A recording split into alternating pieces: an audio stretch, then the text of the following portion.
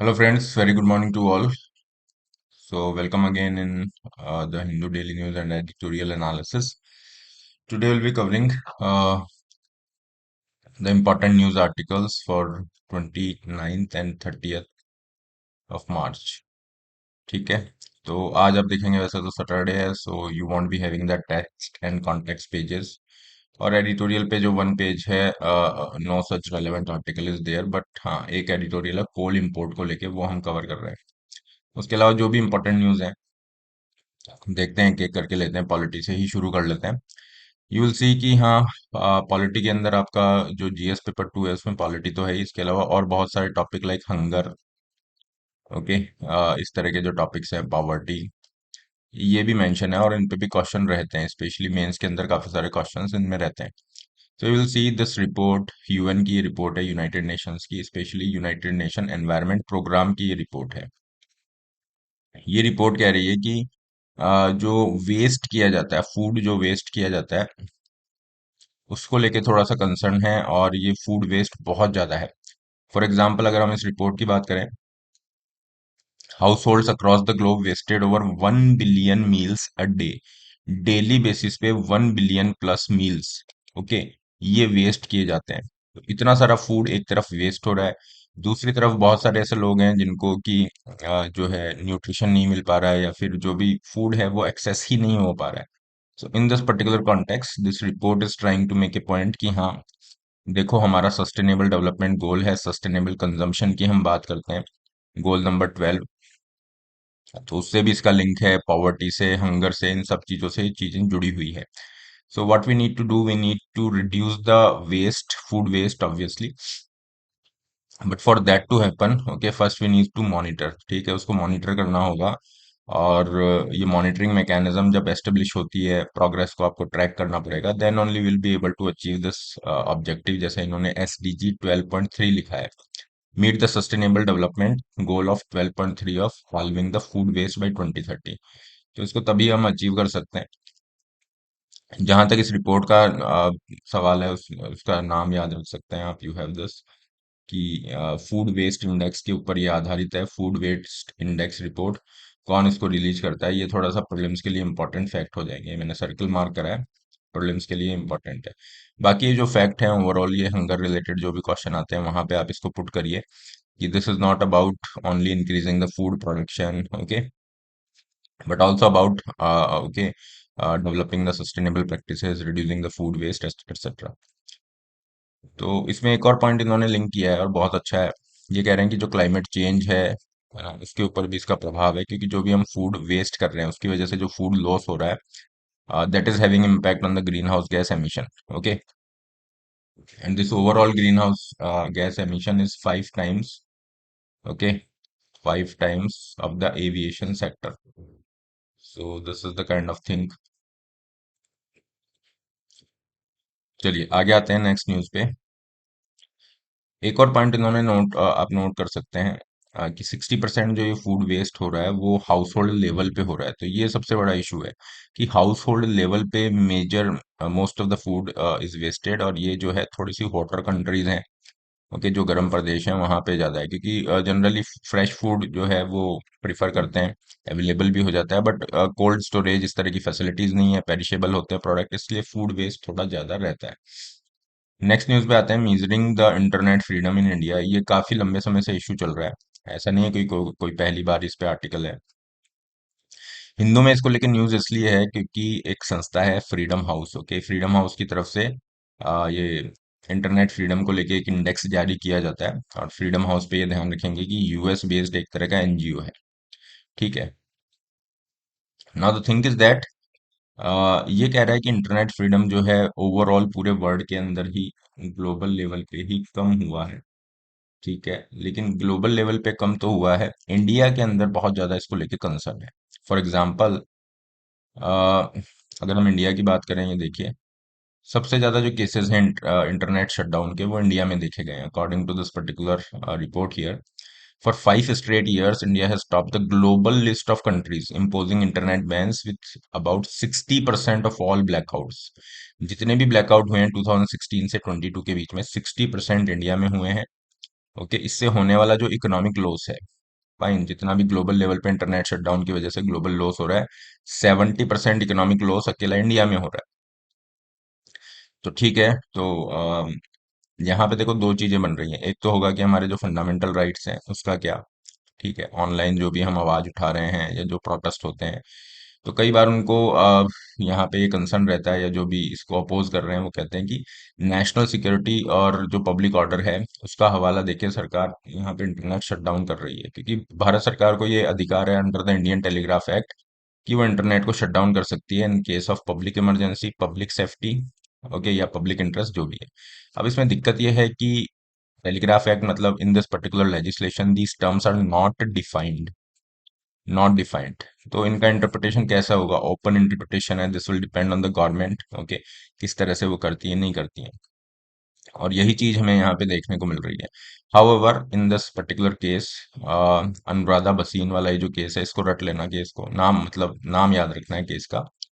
और रटने का मतलब यही है कि you need to remember the name of the case. 2020 का ही मेजर जजमेंट था जिसमें सुप्रीम कोर्ट ने क्लैरिफाई किया था कि इंटरनेट जो शटडाउन है, उसके अंदर अगर प्रॉपर तरीके से, ओके, जो भी ओवरऑल आपका पर्पस है उस पर्पस के हिसाब से चीजें ओके प्रपोर्शनेट नहीं है, तो फिर जो लोग हैं, सिटीजन्स हैं, उनका जो फ्रीडम ऑफ एक्सप्रेशन है, वो फंडामेंटल राइट है, उसका वायलेशन हो रहा है। क्लियर। और शटडाउन जो है इनडेफिनेटली नहीं हो सकते हैं। इनडेफिनेट शटडाउन जो है मतलब पता नहीं कब तक होगा, इस तरह की कोई लिमिट नहीं है। ठीक है, तो वो अनकॉन्स्टिट्यूशनल है। ये अनुराधा भसीन केस के अंदर जजमेंट है। सुप्रीम कोर्ट का जो जजमेंट है उसका अगर क्रक्स हम देखते हैं तो तीन मेजर क्राइटेरिया आप देखेंगे। ये कह रहे हैं कि जो इंटरनेट शटडाउन होते हैं या गवर्नमेंट इम्पोज रेस्ट्रिक्शन होते हैं इंटरनेट पे, वो टेम्पररी लिमिटेड होने चाहिए, okay, lawful, necessary and proportionate होने चाहिए। इन दिस थिंग कि आप जो भी आपका जो ऑब्जेक्टिव है इंटरनेट शटडाउन से जो आप अचीव करना चाह रहे हो, okay, you have this mean, और जो ऑब्जेक्टिव है, गोल है, उसके अंदर एक प्रोपोर्शनेट चीज होनी चाहिए। प्रोपोर्शनैलिटी का जो प्रिंसिपल है, इट इज लाइक कि हाँ, if you want to shoot a bird, okay, you want be using the cannon. तो ये थोड़ा सा यहाँ पे देखना चाह रहे हैं। In this particular report if you talk about, they are saying कि ये जो गाइडलाइंस हैं इंडिया के केस में, ये गाइडलाइंस प्रॉपरली फॉलो नहीं हो रही हैं। क्लियर। फिर एक और ये है कि कोर्ट ने यहाँ पे शटडाउन के जो भी ऑर्डर्स हैं उनको पब्लिक करने की बात की है, लेकिन कई जगह पे एक्सेप्शन भी है जहाँ पे गवर्नमेंट के को ये छूट है कि वो, हाँ, जरूरी नहीं है कि उसको पब्लिक ही करे। सो ओवरऑल इंटरनेट शटडाउन को लेके ये चीजें हैं, इनको आपको ध्यान रखनी है। नेक्स्ट न्यूज पे आ जाते हैं। सेलिब्रेटरी सेलिब ओके, ये आप देखेंगे कई कई बार क्या होता है, शादी वगैरह है, ओके, और वहां पे लोग गन फायर करते हैं as a part of the celebration. तो ये कल्चर कई जगह बन गया है। उसी को लेके सुप्रीम कोर्ट ने यहाँ पे चीजों को हाईलाइट किया है कि जो सेलिब्रेटरी फायरिंग है, okay, this is Indeed not acceptable. और ये जो कल्चर है, ये जो गन कल्चर है, शादी वगैरह, यहाँ पे इस तरह के जो भी सेलिब्रेशंस हैं उसमें एयर फायर या हवाई फायर जो भी किए जाते हैं, तो कई बार जो इनोसेंट है उनकी जान चली जाती है। काफी सारे ऐसे इंस्टांसेस हमें देखने को मिले हैं। So court is basically making a case this is totally unacceptable. Why? Because it goes against the Article 21, right to life and liberty, इसके अगेंस्ट में यहाँ पे जा रहा है। दूसरा हम देखेंगे ये जो कल्चर है, गन कल्चर है, इसको लेके ग्लोबल लेवल पे काफी सारे कंसर्न है, स्पेशली यूएस एंड ऑल। यहाँ पे आप देखोगे बहुत इजीली अवेलेबल हो जाते हैं वेपन्स, उसकी वजह से हम देखते हैं मास शूटिंग या फिर कोई भी इस तरह से इंसिडेंट हमें देखने को मिलता है। कई बार कोई साइकिक है, you have this mental issue, किसी व्यक्ति को है और वो गन लेके बहुत सारे लोगों को इस तरह से करता है। तो वो इस तरह का कल्चर इंडिया में तो नहीं है, but still you will see in some parts of the India जो you have this unlicensed unlicensed जो आपकी गन्स हैं, ठीक है, और not professionally made, you will see country made जो गन्स होती हैं, जिनको हम अलग अलग नाम से बोलते हैं कई जगह, कट्टा और ये सब, तो वो उनकी बिकवाली बहुत ज्यादा है। तो ये जो अनलाइसेंस्ड जो गन्स इस तरह से बिक रही हैं, है ना, उनको थोड़ा सा देखना होगा। ये गन कल्चर है, इसको थोड़ा सा चेक करने की जरूरत है। देखो, इस पे कोई direct question the chances are less, but you will see, हाँ, इथिक्स से भी इसको लिंक कर सकता है। So try to be aware कि हाँ, ये गन कल्चर जो है इस तरह से celebratory firing, is it right और नॉट, यस और नो। तो यस तो कहीं से भी नहीं कह सकते हो, जस्टिफाई तो कैसे भी नहीं कर सकते। नो आपको कहना है, you need to have the valid argument 1 2 3, इसलिए नो है। ठीक है, तो यहाँ पे आर्टिकल 21 का आप मेंशन कर दीजिए। ठीक है, it goes against this culture think. Okay, culture of violence को ये प्रमोट कर रहा है। तो इस तरह से ये पॉइंट्स आप ध्यान रखेंगे if there is a question in this particular context. आगे आते हैं, जिन बच्चों ने शौरा ये सब डाउनलोड नहीं किया है, लिंक डिस्क्रिप्शन बॉक्स में है, उसको आप डाउनलोड कर लीजिए गूगल प्ले से। Okay, you have this. Current affair वाले में आपको पीडीएफ मिल जाते हैं डेली बेसिस पे। कोर्सेज में अभी आपका कंप्लीट इकोनॉमी कोर्स चल रहा है, और करंट अफेयर 2 ईयर जो इस साल प्रीलिम्स दे रहे हैं, you should definitely opt for this course, current affair prelims का ये जो कोर्स है। किसी भी क्वेरी के रिगार्डिंग यहाँ लिंक, ये टेलीग्राम है और ये नंबर है, इस पे कनेक्ट कर सकते हैं। इंडियन इकोनॉमी पे आएंगे। जीएम में ऑफर वर्क कॉन्ट्रैक्ट्स। देखो, सरकार जो है, उसके बहुत सारे काम है, और उसके लिए गवर्नमेंट क्या करती है, प्रोक्योर करती है, मतलब खरीदारी करती है। बायर है, गवर्नमेंट के अलग अलग डिपार्टमेंट हैं, करोड़ों अरबों रुपए का लेन देन यहाँ पे रहता है। अपनी आवश्यकताएं जो भी हैं गुड्स की एंड सर्विसेज की, वो पूरी करते हैं। पहले क्या होता था, इस तरह से के जो भी गवर्नमेंट के जो भी आवश्यकताएं हैं, नीड हैं, okay, it could be related to good और एनी सर्विस, वहां पे हम देखते थे इनएफिशिएंसी है, ट्रांसपेरेंसी नहीं है, और उसकी वजह से करप्शन, भ्रष्टाचार होता रहा है। ठीक है, अभी भी इसको लेके कंसर्न रहते हैं, but the government is trying it's best कि हम ये जो पूरा कल्चर है, जो खरीदारी का, गवर्नमेंट का प्रोक्योरमेंट का, जो पब्लिक प्रोक्योरमेंट जिसे हम कह सकते हैं, ओके, इसको हम ट्रांसपेरेंट बनाने की कोशिश कर रहे हैं, पारदर्शिता लाने की कोशिश कर रहे हैं, ताकि किसी भी तरह का कोई करप्शन का चांस नहीं रहे, या करप्शन के लिए जो भी इंसेंटिव्स हैं, है ना, वो बिल्कुल रिड्यूस हो जाए। तो with that particular purpose the government has come up with a platform like government e market place. Okay, government e market place, इसको शॉर्ट में जीईएम भी कहते हैं, ये ध्यान रखेंगे। So this is a kind of public procurement platform जो 2016 में एग्जिस्टेंस में आया, और इसने directorate general of supplies and disposals इसको रिप्लेस कर दिया।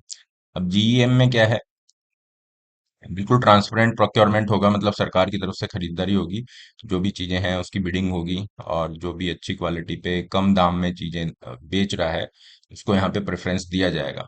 So every one can see कि हाँ, अगर कोई चीज सरकार ने परचेज की है, वाई, ओके, कोई फेवर तो नहीं हुआ है, कोई करप्शन भ्रष्टाचार तो नहीं हुआ है, इसलिए।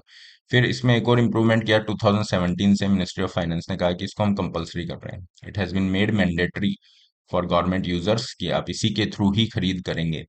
क्लियर, अच्छी बात है। इसमें कुछ पॉइंट्स प्रॉब्लम्स ओरिएंटेड भी ध्यान रखने हैं कि हाँ, कौन सी गवर्नमेंट इसको कर रही है, मतलब कौन सी मिनिस्ट्री के अंडर में है, तो मिनिस्ट्री ऑफ कॉमर्स इसमें आएगा। ठीक है, ministry of commerce and industry ने इसको लॉन्च किया हुआ है। What is the purpose here, platform is on by the GM, special purpose vehicle बना दिया, एक अलग तरह की आपने, यू हैव दिस, संस्था इस तरह से बना दी, एसपीवी बनाते हैं। ओके, और जरूरी नहीं है एसपीवी हमेशा गवर्नमेंट ऑनरशिप वाली होगी, it could B private also, but in this particular case government e market place में 100% गवर्नमेंट ऑनरशिप वाली ये आपकी स्पेशल पर्पस व्हीकल बना हुआ है।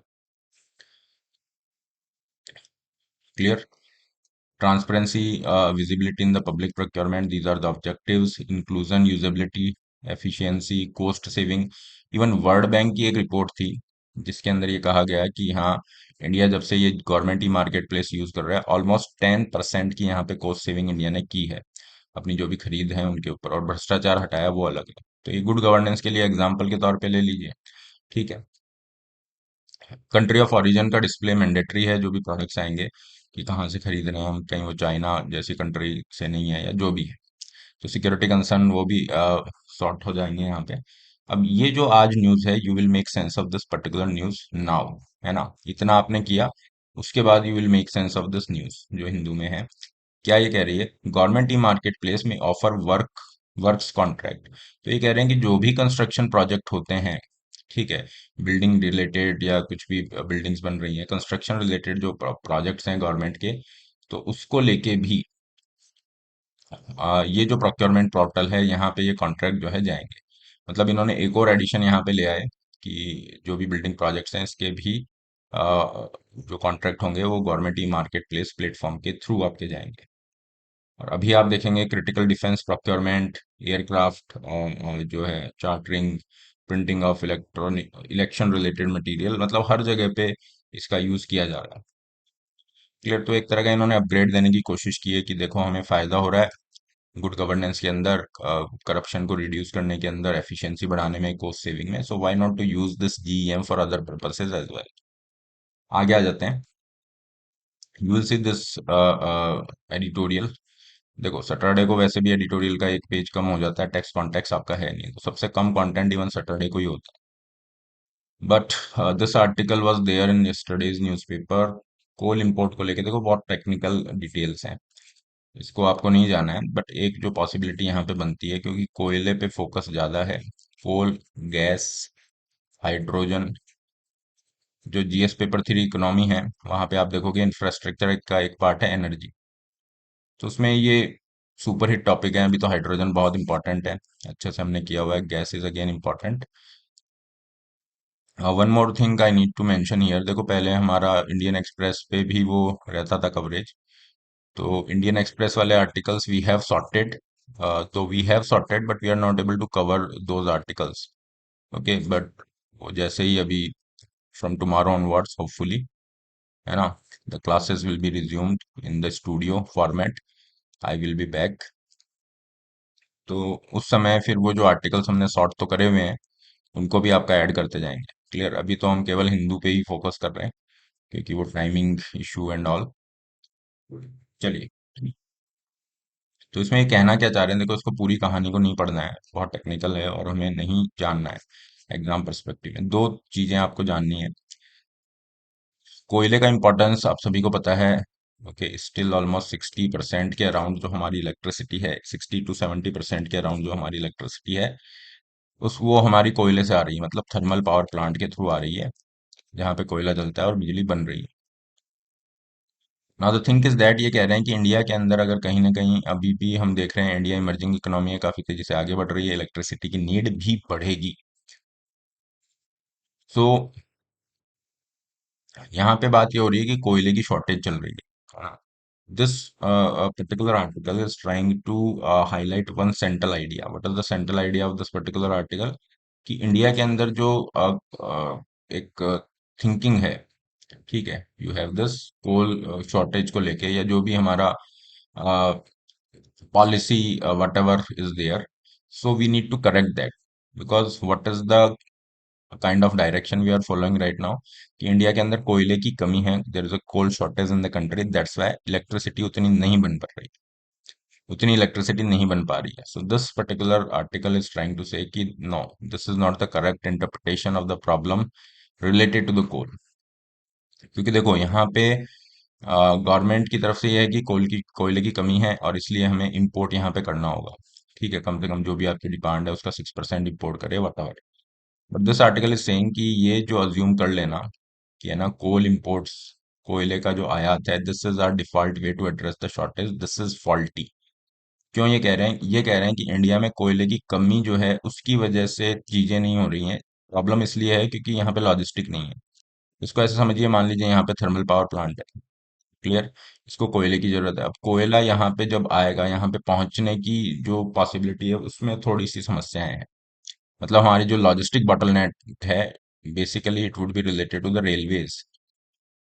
ज्यादातर कोयले का जो लॉन्ग डिस्टेंस ट्रांसपोर्ट है वो कोयले से हो रहा है, तो थर्मल पावर प्लांट मान लो कोयले की माइंस हैं, कोल माइंस हैं, उनसे बहुत दूर है।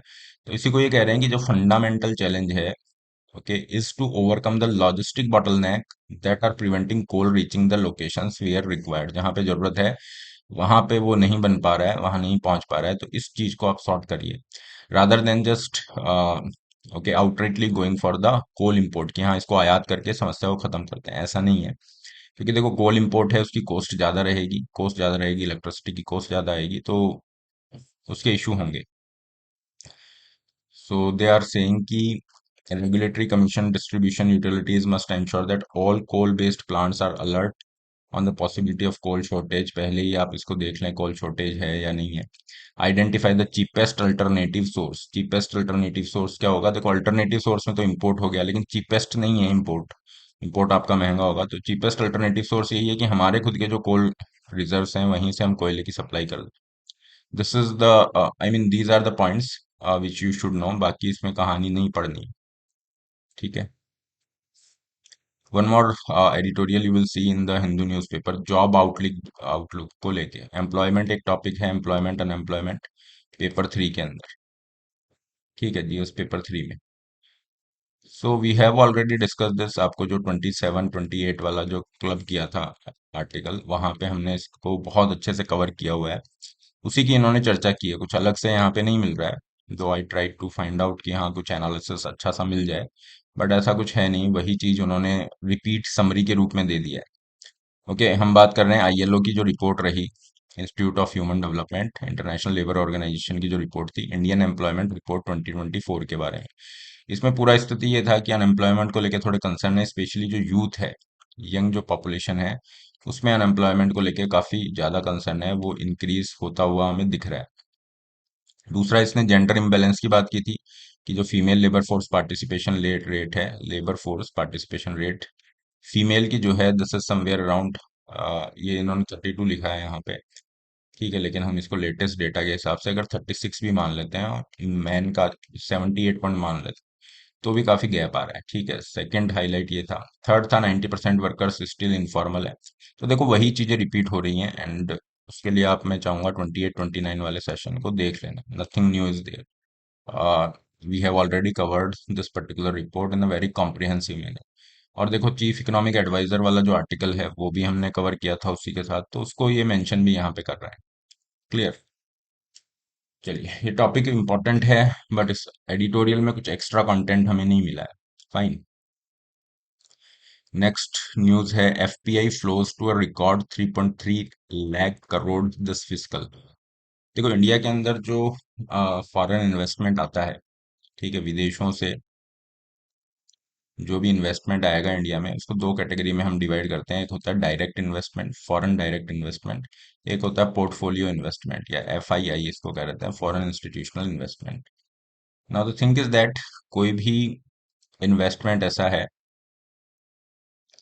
जो कि इंडिया के अंदर आ रहा है बाहर से, है ना, और लेटर से आपने देखा होगा फ्लिपकार्ट, फ्लिपकार्ट जो है उसकी, उसको खरीदा था यूएस की कंपनी वॉलमार्ट ने, $16 बिलियन के आसपास की कुछ डील हुई थी। तो यहाँ पे विदेशी कंपनी ने इंडिया की कंपनी को खरीद लिया। This kind of investment will come into the FDI. ठीक है, जहाँ पे वो कंट्रोल चाह रहा है, मैनेजमेंट चाह रहा है। एक मायाराम पैनल है, इसको याद रखेंगे, मायाराम पैनल है। इसकी रिपोर्ट के आधार पे कोई भी जो लिस्टेड कंपनी है शेयर मार्केट में, 10% से ज्यादा उसके अंदर अगर किसी ने निवेश किया है, स्टेक होल्डिंग है, so that will come under the FDI. Unlisted में कितना भी इन्वेस्टमेंट है वो सारा ही एफडीआई में आएगा। एफपीआई में क्या होता है, पोर्टफोलियो इन्वेस्टमेंट इसको बोलते हैं, जहां पे जो फॉरेन इंस्टीट्यूशनल इन्वेस्टर, एफआईआई मतलब इंस्टीट्यूशनल इन्वेस्टर्स, जो यूएसए में बैठा हुआ कोई बैंक म्यूचुअल फंड है, वो एफआईआई की श्रेणी में आएंगे, जो सेबी रजिस्टर्ड है। अगर वो इन्वेस्ट करते हैं इंडिया में, हम इसके अलावा एफडीआई तो हमने देख ही लिया, तो ये इन्वेस्ट कर रहे हैं, तो उसको हम पोर्टफोलियो इन्वेस्टमेंट की कैटेगरी में रखते हैं। ठीक है, तो ये जो एफपीआई लिखा है, ये पोर्टफोलियो इन्वेस्टमेंट है, इसको हॉट मनी भी कहते हैं, फटाफट आता है फटाफट चला भी जाता है। ठीक है, क्योंकि एफडीआई जैसा कोई रेस्ट्रिक्शन नहीं है यहाँ पे। लेकिन अगर आपने किसी कंपनी के अंदर लेटर से लिस्टेड कंपनी 8 9% ही इन्वेस्ट किया है, सो उसको पोर्टफोलियो ही कंसिडर कर रहे हैं, लेकिन जैसे ही 10% वाली लिमिट होती है, ठीक है, तो वो एफडीआई कंसिडर हो जाएगा। तो ये कुछ कॉन्सेप्ट्स मैंने आपको बताए हैं, किससे, एफडीआई एफपीआई से रिलेटेड। क्यों बताएं, क्योंकि यूपीएससी ने 2 to 3 टाइम्स प्रीलिम्स में इस पे क्वेश्चन पूछे हैं, और बच्चे बहुत कंफ्यूज होते हैं क्योंकि उनका एफडीआई एफआईआई एफपीआई इनको लेके कॉन्सेप्ट क्लियर ही नहीं हो पाता है। ठीक है, तो ये बेसिक अंडरस्टैंडिंग आप थोड़ी सी ध्यान रखेंगे। अब इस न्यूज पे आते हैं, what this news is trying to tell. ये न्यूज कह रही है कि देखो, चाइना के अंदर जो कंपनियां हैं वो, या जो इन्वेस्टर्स हैं, they are looking for alternatives. तो चाइना के अंदर जो भी इन्वेस्टमेंट था ना, इसको बाहर निकाल रहे हैं, आउटफ्लो हो रहा है। क्या हो रहा है, आउटफ्लो हो रहा है। इसके लिए एक और वर्ड यूज करते हैं, capital flight is there. So China से इन्वेस्टमेंट बाहर जा रहा है, they are looking for other alternatives, so India is also getting benefited because India is a very good okay performing emerging economy, and investor को क्या चाहिए, उनको return चाहिए, so they are getting good return. ठीक है। आगे आ जाते हैं। अगर आपने चैनल सब्सक्राइब नहीं किया है, please do subscribe to the channel guys, don't forget to like the video. Science and technology पे आ जाते हैं। Skyroot aerospace successfully test fire stage 2 of the Vikram 1। देखो 2022 में एक न्यूज थी और हमने किया भी था कि जो पहला भारत का जो first you have this private जो रॉकेट लॉन्च है ना, विक्रम एस, ये स्काई रूट कंपनी है, प्राइवेट कंपनी, इसने किया था। ठीक है। लेकिन अब ये प्रॉपर वे के अंदर अपना खुद का एक ये डेवलप कर रहे हैं रॉकेट। जैसे आप देखोगे ना, लॉन्च व्हीकल या जो रॉकेट ऊपर लेके जाता है पेलोड को, जैसे you have this ISRO ISRO के पास में है आपका PSLV, GSLV, okay, GSLV Mark 3। तो इसी तरह से ये स्काई रूट अपना एक पूरा लॉन्च व्हीकल डेवलप कर रहे हैं। This is known as a Vikram 1, और इसकी स्टेज 2 को सक्सेसफुली इन्होंने टेस्ट कर लिया है। और स्टेज 2 को नाम दिया है कलाम 250। Stage 2 is Kalam 250। Kalam 250 is a kind of rocket की एक मोटर है ना, क्योंकि देखो रॉकेट में काफी सारी स्टेजेस होती हैं, जैसे PSLV 4 स्टेज है, GSLV 3 स्टेज है, ये सारी चीजें। तो इसमें ये सेकंड स्टेज है, इसको सक्सेसफुली इन्होंने देख लिया है। ये कलाम 250 क्या है, ये थोड़ा सा पॉइंट इसमें ध्यान रखेंगे। ओवरऑल PSLV GSLV, और ये ध्यान रखिए। और बाकी चंद्रयान 3, और ओवरऑल जो चंद्रयान का पूरा इशू है, ये प्रीलिम्स के लिए सुपर इम्पोर्टेंट है, इसको बहुत अच्छे से पढ़ लें। ठीक है। बहुत अच्छे से, मतलब पेलोड वगैरह जो भी लेके गया है उसके बारे में डिटेलिंग, कौन सा क्या करेगा, उनके नाम, ये सब चीजें थोड़ी डिटेलिंग, मतलब एक्स्ट्रा पेन थोड़ा लेना पड़ेगा, इसमें रट्टा मारने वाली भी चीजें हैं, तो उनको ध्यान रखिए। We have already covered this particular topic. Only 4% firms in India ready to tackle the cyber security risk. ये आप देखोगे इंटरनल सिक्योरिटी, उसमें आता है। वैसे ये न्यूज़ ज़्यादा आपके प्रीलिम्स ओरिएंटेड भी है, PT और मेंस दोनों के लिए ही है। ठीक है, देखिए कैसे प्रीलिम्स में पूछ सकता है। Cyber security readiness index, cyber security readiness index कौन रिलीज कर रहा है, क्या है? साइबर सिक्योरिटी रेडीनेस इंडेक्स ये सिस्को के द्वारा रिलीज किया जाता है। ठीक है। तो इसमें कोई government entity is not there. Cisco इसको रिलीज कर रहा है, और इसने रिपोर्ट बताई कि केवल 4% ही फर्म्स हैं इंडिया में, 4% ऐसी कंपनियां हैं जो रेडी हैं to tackle the cyber security risk. It means cyber security risk को लेके बहुत बड़ा ये गैप हमें देखने को मिल रहा है। Then you have this techniques that are ranging from phishing and ransomware to supply chain and social engineering attacks as per the index। तो देखो साइबर सिक्योरिटी के अंदर यू हैव इकोनॉमिक इश्यूज भी हैं। ओके, हमारा सेंसिटिव डेटा अगर breach हो जा रहा है तो सिक्योरिटी इश्यूज भी हैं। इसमें एक चीज ध्यान रखनी है, यहाँ पे टर्म यूज हो रही है social engineering attack. You must know this, social engineering attacks, ये क्या होता है? इसका मतलब है कि जो भी यहाँ पे विक्टिम है उसको एंटाइस किया जा रहा है ना। These attacker cyber criminals they are baiting trying to entice and trap you, जहाँ पे आप अपनी सेंसिटिव इंफॉर्मेशन रिवील कर दें। Getting this?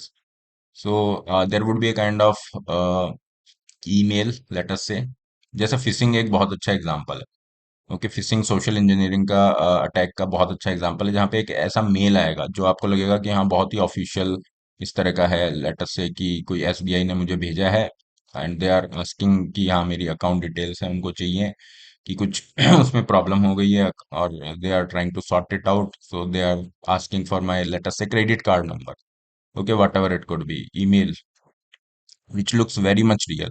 So you will be okay, what we can say, कि आप वहां पे एक तरह का ट्रैप क्रिएट किया गया है जहां पे आप अपनी इंफॉर्मेशन रिवील कर देंगे।